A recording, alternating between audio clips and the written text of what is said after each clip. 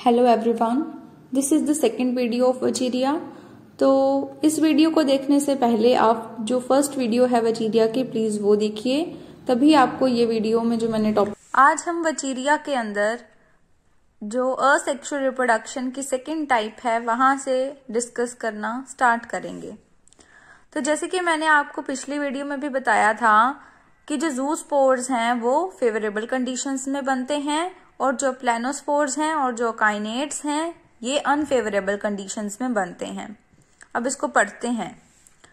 A planospores formed under unfavourable conditions in those species which are aquatic और they mostly form in terrestrial species. तो ये ज्यादातर उन species में प्लानोस्पोर्स बनते हैं जो एक्वेटिक होते हैं, मतलब पानी में रहते हैं, एंड या फिर टेरेस्ट्रियल स्पीसीज होती हैं, मतलब जमीन पर रहते हैं। The method of formation is same as that of zoosporangium. जैसे ज़ूस्पोरेंजियम के अंदर ज़ूस्पोर बना था, सेम उसी मेथड से जो प्लानोस्पोर है वो प्लानोस्पोरेंजियम में बनेंगे। The planospore is generally rounded in shape and without flagella. तो इसके अंदर फ्लैजिला जो है वो एब्सेंट होती है and they are rounded, round गोल सा स्ट्रक्चर होगा और फ्लैजिला नहीं होगी। The planospores germinate to form new thallus. तो फिर प्लानोस्पोर जो है जब इसकी जर्मिनेशन होगी तो ये नया थैलस बना देगा। Smith in 1944 has reported that a number of small microplanospores are formed in the planosporangium। तो स्मिथ ने 1944 ने ये रिपोर्ट किया, उसको ये पता चला कि छोटे छोटे प्लानोस्पोर्स जो हैं वो तैयार हो गए प्लानोस्पोरेंजियम में। तो इस वजह से यहाँ पर माइक्रो वर्ड इस्तेमाल किया गया है। अब ये बनते कैसे हैं? They are formed by the division of protoplast of the planosporangium. ये डायग्राम में भी आपको दिख रहा है, जैसे कि मैंने बताया था, जैसे ज़ूस्पोर तैयार होता है ज़ूस्पोरेंजियम में, सेम इसमें भी क्या होता है, प्लानोस्पोर तैयार होता है इन द प्लानोस्पोरेंजियम। ठीक है, इस तरीके से ऊपर प्लानोस्पोर तैयार हो गया। This is the planosporangium. अब हम इसका जो थर्ड टाइप है असेक्सुअल रिप्रोडक्शन का वो डिस्कस करते हैं, वो है अकाइनेट्स। अकाइनेट्स के बारे में मैंने आपको पहले भी बताया था कि ये अनफेवरेबल कंडीशंस में बनते हैं। इसमें जो कंटेंट्स होते हैं, जो भी फिलामेंट के अंदर जो भी चीजें हैं, क्या होता है उसके साथ, they divide into small segments by thick gelatinous poles.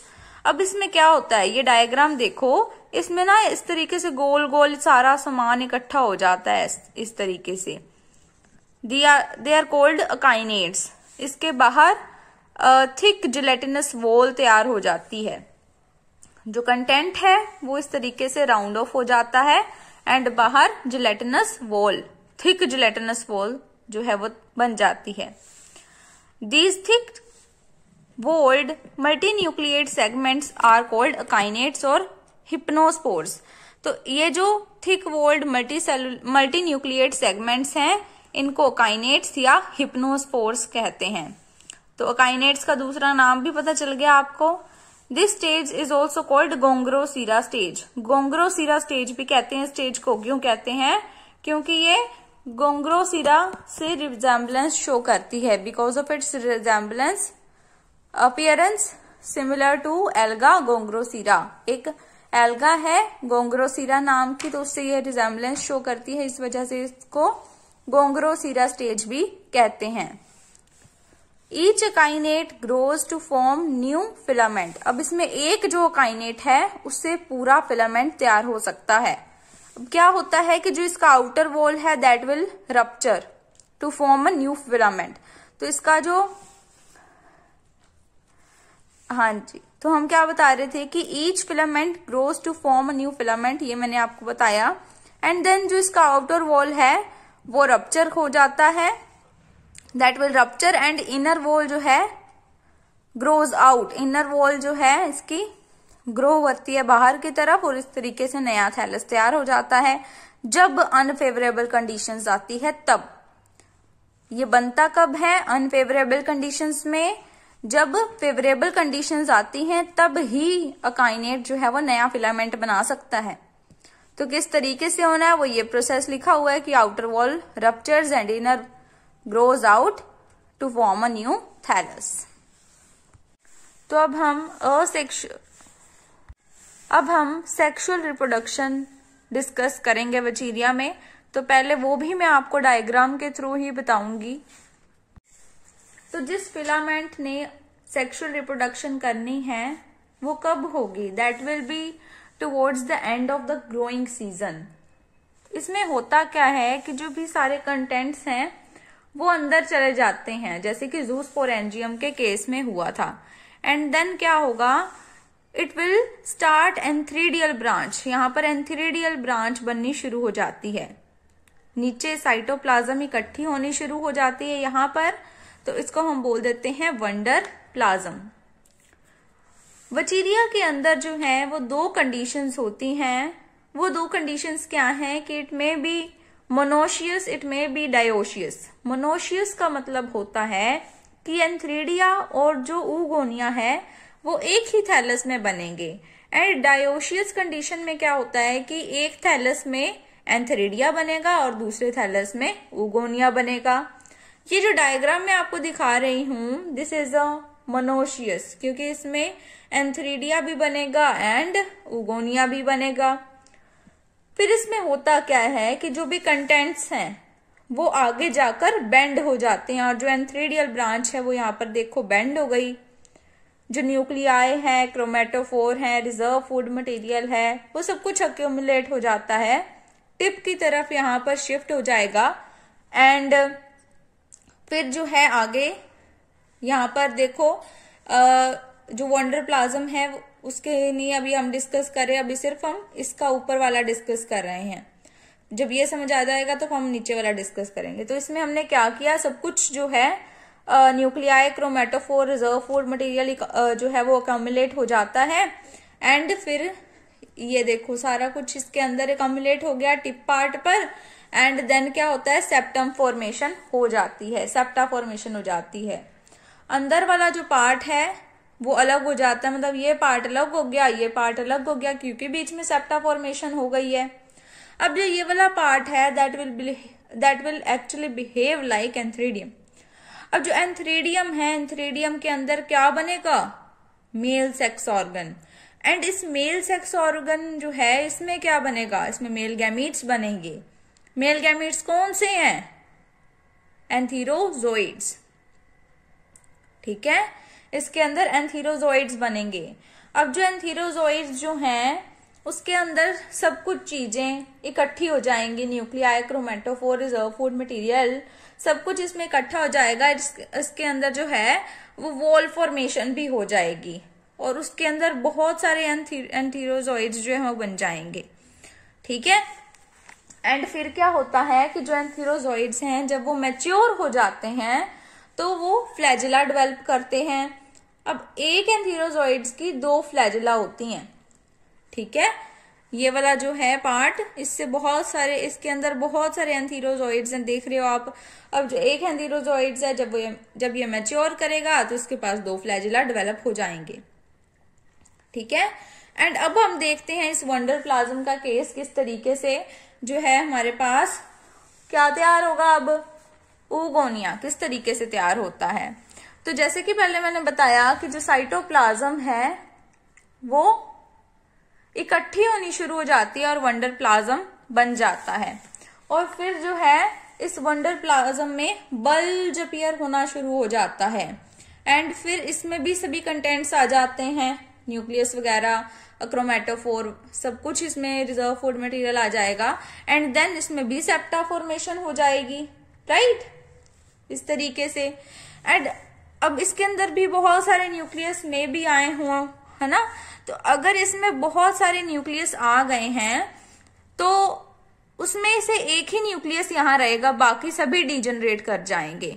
अगर एक है तो ठीक है, अगर ज्यादा आ गए तो वो डीजनरेट हो जाएंगे, क्योंकि ओगोनियम के अंदर तो एग बनेगा, तो एग में तो एक ही न्यूक्लियस चाहिए ना। तो इस वजह से ये देखो अब ओगोनियम भी बन गया।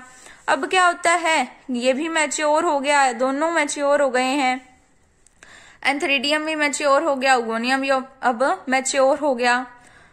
तो अब क्या होगा, ये इसका बीक लाइक स्ट्रक्चर बन गया एंथ्रीडियम का। तो यहां से जो इसके अंदर एंथीरोजोइड्स थे वो इसका बीक लाइक स्ट्रक्चर बन जाता है एंथ्रीडियम का, और जो ये है ओगोनियम इसके ऊपर पोर बन जाता है। मतलब दोनों जो है वो थोड़ी थोड़ी रप्चर कर जाती हैं। इसके अंदर जो है एंथीरोजोइड्स हैं वो यहां से इसके अंदर आ जाते हैं, और फिर क्या होगा, फर्टिलाइजेशन से यहाँ पर जाइगोट की फॉर्मेशन हो जाएगी।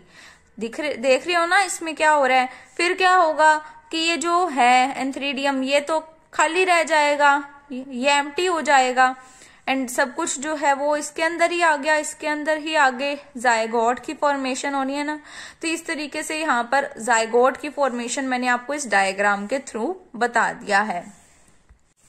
तो यहाँ पर फर्टिलाइजेशन की प्रोसेस होकर जो है वो जाइगोट की फॉर्मेशन हो गई। अब जो ये पार्ट है मैंने बताया था, ये जो है वो एम्प्टी हो गया है एंथ्रीडियम वाला। अब जो आगे जो है न्यू थैलस बनाएगा वो कौन सा पार्ट बनाएगा, ये वाला जहां पर जाइगोट की फॉर्मेशन हुई है। तो अब आगे भी डायग्राम्स में देखो किस तरीके से आगे इसका चलेगा लाइफ साइकिल। तो अब क्या हुआ, जो जाइगोट बना है उसकी जो वॉल है उसको क्या नाम दिया है, oospore वॉल। अब क्योंकि दो न्यूक्लियाई फ्यूज कर जाइगोट बना था ना, तो फिर इसका न्यूक्लियस कैसा होगा, डिप्लॉयड न्यूक्लियस। देन इसमें जो है वो ऑयल ग्लोब्यूल्स प्रेजेंट हैं that acts as reserve food material. Then अब इसमें क्या होगा, जाइगोट की मेयोसिस होगी। मेयोसिस होने से 4 न्यूक्लियाई जो हैं वो बन गए, हैप्लॉइड न्यूक्लियाई। एंड देन अब इसकी क्या होगी, माइटोसिस। माइटोसिस होने से 8 न्यूक्लियाई बन गए। एंड देन न्यूक्लियाई जो है वो आगे डिवाइड करके मल्टी न्यूक्लिएटेड कंडीशन जो है वो यहाँ पर हो जाएगी। देन क्या होता है कि जो आउटर वॉल है इसकी, oospore की जो वॉल है वो रप्चर हो जाएगी, एंड जो इनर वॉल है इसकी वो बाहर की तरफ आ जाएगी। एंड वही बाद में जो है वो नया, मतलब उसकी जो इनर वॉल है वही फिलामेंट की जो कवरिंग है वॉल है वो बनेगी, ठीक है।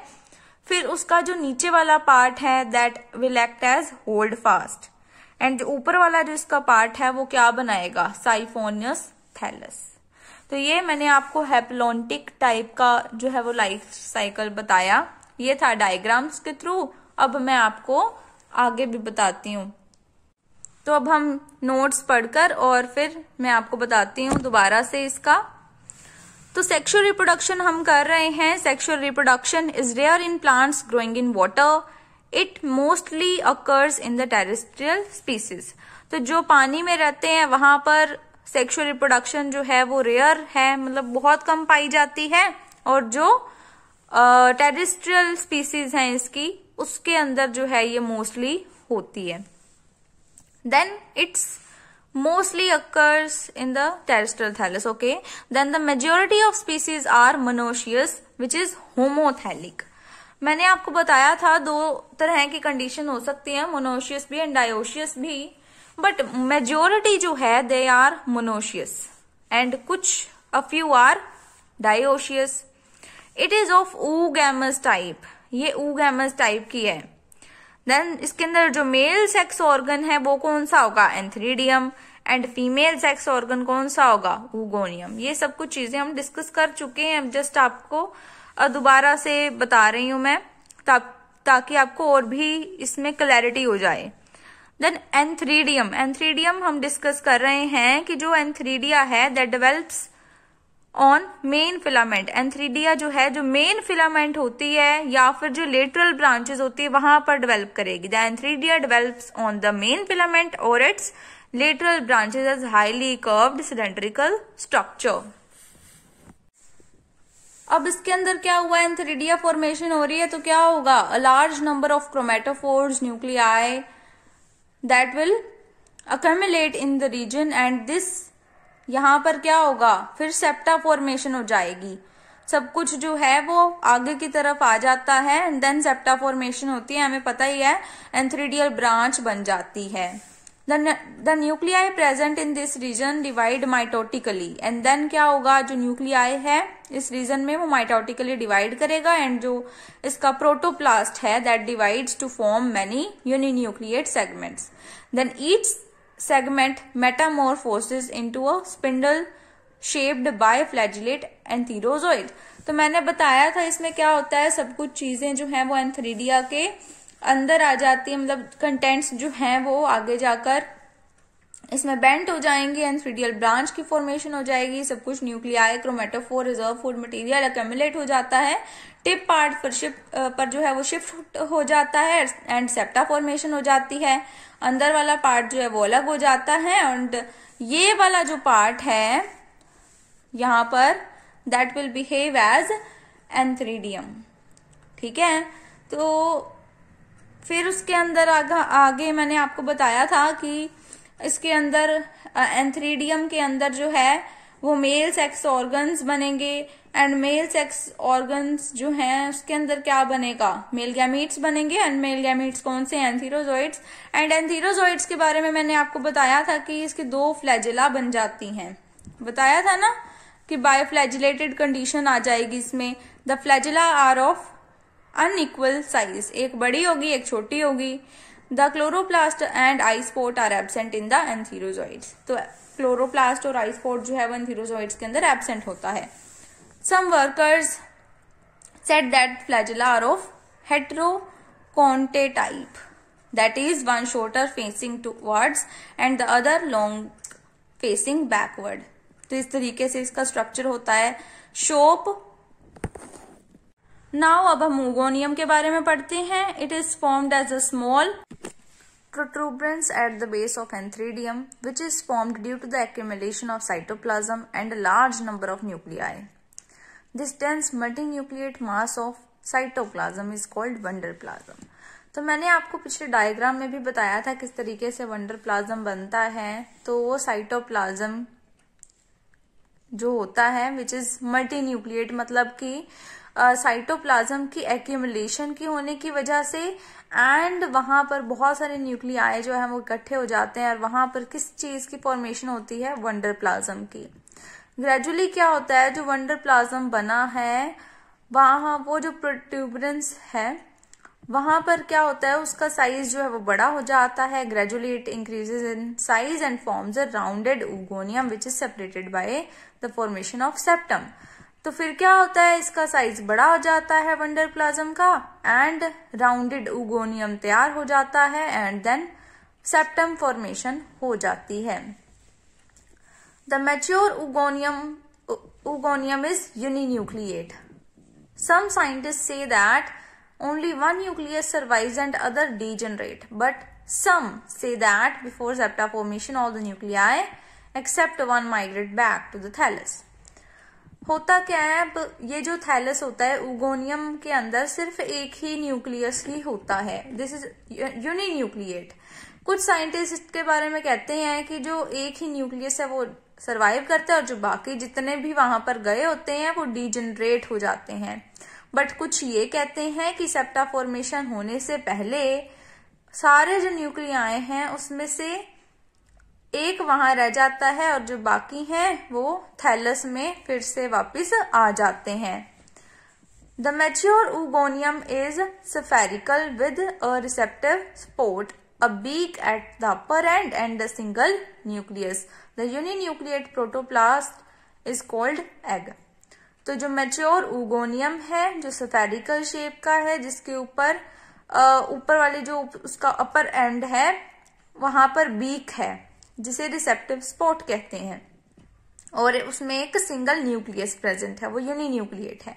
तो ये जो यूनिन्यूक्लिएट प्रोटोप्लास्ट है इसको क्या बोलते हैं, अब एग बोलते हैं। ठीक है, नाउ फर्टिलाइजेशन का प्रोसेस भी मैं बता चुकी हूं। ये देखिए पढ़ते हैं इसे भी, फर्टिलाइजेशन को। एंथ्रीडिया एंड उगोनिया मैच्योर साइमल्टेनियसली, ये दोनों जो हैं वो साइमल्टेनियसली मैच्योर हो जाते हैं। A number of antherozoids are released from the antheridium, antheridium से बहुत सारे एंथीरोजोइड्स जो हैं वो रिलीज हो जाते हैं and reach the receptive sport.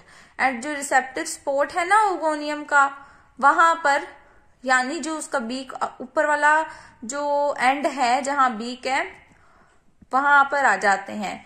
But only one of them is able to pierce the egg at the receptive spot। उसमें इसका मतलब क्या है कि एंथ्रीडिया के अंदर से एंथ्रीडियम के अंदर से एंथीरोजोइड्स जब एग के अंदर आना चाहते हैं तो वो कहाँ से आएंगे, रिसेप्टिव स्पोर्ट से आएंगे उगोनियम के।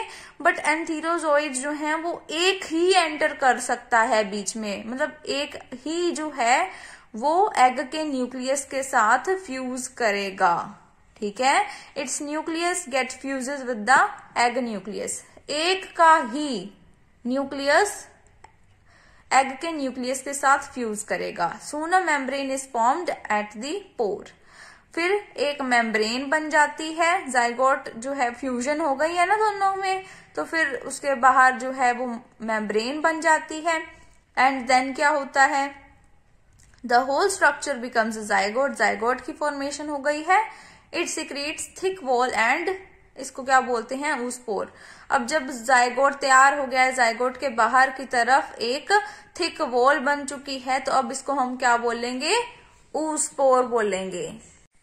Now the germination of oospore. Generally oospore undergoes a period of rest and then on return of favourable conditions it directly germinates to form a new plant. तो क्या होता है कि जो ऊस्पोर तैयार हो गया है, अब उसमें क्या होगा, वो थोड़ी देर रेस्ट करता है, उसके बाद क्या होता है जब फेवरेबल कंडीशंस आती हैं तो वो दोबारा से जर्मिनेट करके एक नया प्लांट तैयार कर देता है। जो थिक वॉल बनी थी ना ऊस्पोर के अराउंड, जो जाइगोट के अराउंड एक थिक वॉल बनी थी, अब वो रप्चर कर जाएगी। The thick wall of oospore ruptures, the nucleus of oospore divide mitotically so that newly formed thallus is haploid। अब हमें पता है कि जो जाइगोट बना है उसमें दो न्यूक्लियस फ्यूज करे हैं, तो वो डिप्लॉइड ही होगा ना, डिप्लॉइड न्यूक्लियस होगा। अब उसके अंदर म्योसिस हो जाएगी एंड म्योसिस होने से क्या होगा कि उसके अंदर 4 हैप्लॉइड न्यूक्लियाई प्रोड्यूस हो जाते हैं, वो हैप्लॉइड न्यूक्लियस तैयार हो जाता है। The thick wall of the ऊस्पोर ruptures, उसकी थिक वॉल जो है वो रप्चर कर जाएगी। जो न्यूक्लियस है ऊस्पोर का वो म्योटिकली डिवाइड करेगा एंड जो न्यूली फॉर्म थैलस अब है वो क्या होगा, हैप्लॉइड। डायग्राम में भी मैंने आपको बताया था, डायग्राम में भी आप ये चीज को देख सकते हो। इसकी एक ये वॉल जो है वो रप्चर कर जाएगी एंड देन म्योसिस हो रही है, देखो, एंड ये क्या बन गया, हैप्लॉइड बन गया ना, ये जो न्यूली फॉर्म थैलस है। देन देखो अब इसके अंदर 4 हैप्लॉइड न्यूक्लियाई बन गए एंड अब क्या हो रहा है, देखो, the 4 nuclei formed as a result of meiosis undergo repeated mitotic division so that newly formed thallus is sinusotic। अब क्या होता है इसके अंदर, इस थैलस के अंदर माइटोसिस होती है, ठीक है। अब उसके माइटोसिस होने की वजह से इसके अंदर बहुत सारे न्यूक्लियाई जो हैं वो प्रोड्यूस हो जाते हैं थैलस में। जब किसी थैलस में या किसी के अंदर जो है बहुत सारे न्यूक्लियाई प्रोड्यूस हो गए हैं तो उस टाइप के थैलस को बोला जाता है सिनोसाइटिक। तो इस वजह से यहाँ पर कैसा बन गया thallus, so that the newly form thallus is coenocytic. ठीक है, with the rupture of zygote wall a colourless germ tube emerges through the slit. अब इस डायग्राम में भी देख सकते हो कि जब जाइगोट की वॉल रप्चर होगी तब क्या होने वाला है, एक कलरलेस जर्म ट्यूब जो है वो यहां से निकलनी शुरू हो जाती है स्लिट से। It turns green and develop into aerial part of the thallus. फिर क्या होता है, ये ग्रीन कलर की दिखने लगती है एंड थैलस जो है वो तैयार हो जाता है। जो नीचे वाला हिस्सा होगा उसमें एक हिस्सा जो है वो होल्ड फास्ट, नीचे वाला बनाना शुरू कर देगा। ये देखो, this is the haploid thallus of Vaucheria. तो ये इस तरीके से ये होल्ड फास्ट बन जाएगा और ऊपर वाला जो है वो साइफोनेशियस थैलस बना देगा। ये इस तरीके से इसका लाइफ साइकिल जो है वो हैप्लॉन्टिक टाइप का है और ये पूरा लाइफ साइकिल आपका कंप्लीट हुआ वचीरिया का। Now the graphic life cycle in Vaucheria. जो प्लांट बॉडी होती है वचीरिया की, that is haploid in nature. Then हमने इसमें रिप्रोडक्शन के मेथड्स यहाँ पर बताने हैं ग्राफिक लाइफ साइकिल में। सबसे पहले हम वेजिटेटिव रिप्रोडक्शन में बता रहे हैं कि ये फ्रेगमेंटेशन के थ्रू हो सकती है। देन असेक्सुअल रिप्रोडक्शन 3 मेथड से हो सकती है, ज़ूस्पोर्स, प्लानोस्पोर्स एंड काइनेट्स। देन सेक्सुअल रिप्रोडक्शन किस तरीके से हो सकती है, इसमें मेल एंड फीमेल सेक्स जो गैमीट्स हैं वो प्रोड्यूस होंगे, उनके ऑर्गन्स जो हैं male and female sex organs से। तो इसमें मेल सेक्स ऑर्गन कौन सा है, एंथ्रीडिया। फीमेल सेक्स ऑर्गन कौन सा है, ओगोनियम। जो एंथ्रीडिया है उसमें क्या प्रोड्यूस होगा, एंथीरोजोइड्स। ओगोनियम में से क्या प्रोड्यूस होने वाला है, एगिया ओवम। इन दोनों की फ्यूजन होगी, फर्टिलाइजेशन हो जाएगी, उसका प्रोडक्ट आएगा जायगोट। अब ये है डिप्लॉइड। ये डिप्लॉइड क्यों है, क्योंकि दोनों जो न्यूक्लियाएं हैं वो फ्यूज करी हैं, इस वजह से ये डिप्लॉइड है। देन इसकी भी मियोसिस हो जाती है एंड ये फिर से हैप्लॉइड नेचर का ही हो जाता है, जैसे कि हमने पढ़ा था पीछे भी। ग्राफिक लाइफ साइकिल में इतना ही आपको बताना है। देन इसमें एक चीज ये भी बतानी है कि बाकी सारा ये जो लाइफ साइकिल है वचीरिया का वो हैप्लॉइड नेचर का है, हैप्लॉन्टिक लाइफ साइकिल है। कैसे, देखो इसकी सारी के सारे जैसे प्लांट बॉडी वचीरिया की वो भी हैप्लॉइड है, ओगोनियम वगैरह, ओवम, सब कुछ जो चीजें हैं they are haploid in nature. सिर्फ एक चीज को छोड़ के, वो है जायगोट। जायगोट डिप्लॉइड नेचर का है, बट फिर भी जो जायगोट है उसकी भी मियोसिस करके इसको हैप्लॉइड नेचर में कन्वर्ट कर देते हैं। देन यहाँ पर गैमेटोफिटिक फेज मेंशन किया हुआ है, स्पोरोफिटिक फेज मेंशन किया हुआ है। The gametophytic phase alternates the sporophytic phase here. तो यहाँ पर आपका जो है वो पूरा जो वचीरिया का टॉपिक है वो पूरा कंप्लीट होता है। अगर आपको आज का लेक्चर समझ में आ गया है तो इस वीडियो को लाइक और मेरे चैनल को सब्सक्राइब जरूर कर दीजिएगा। Thank you.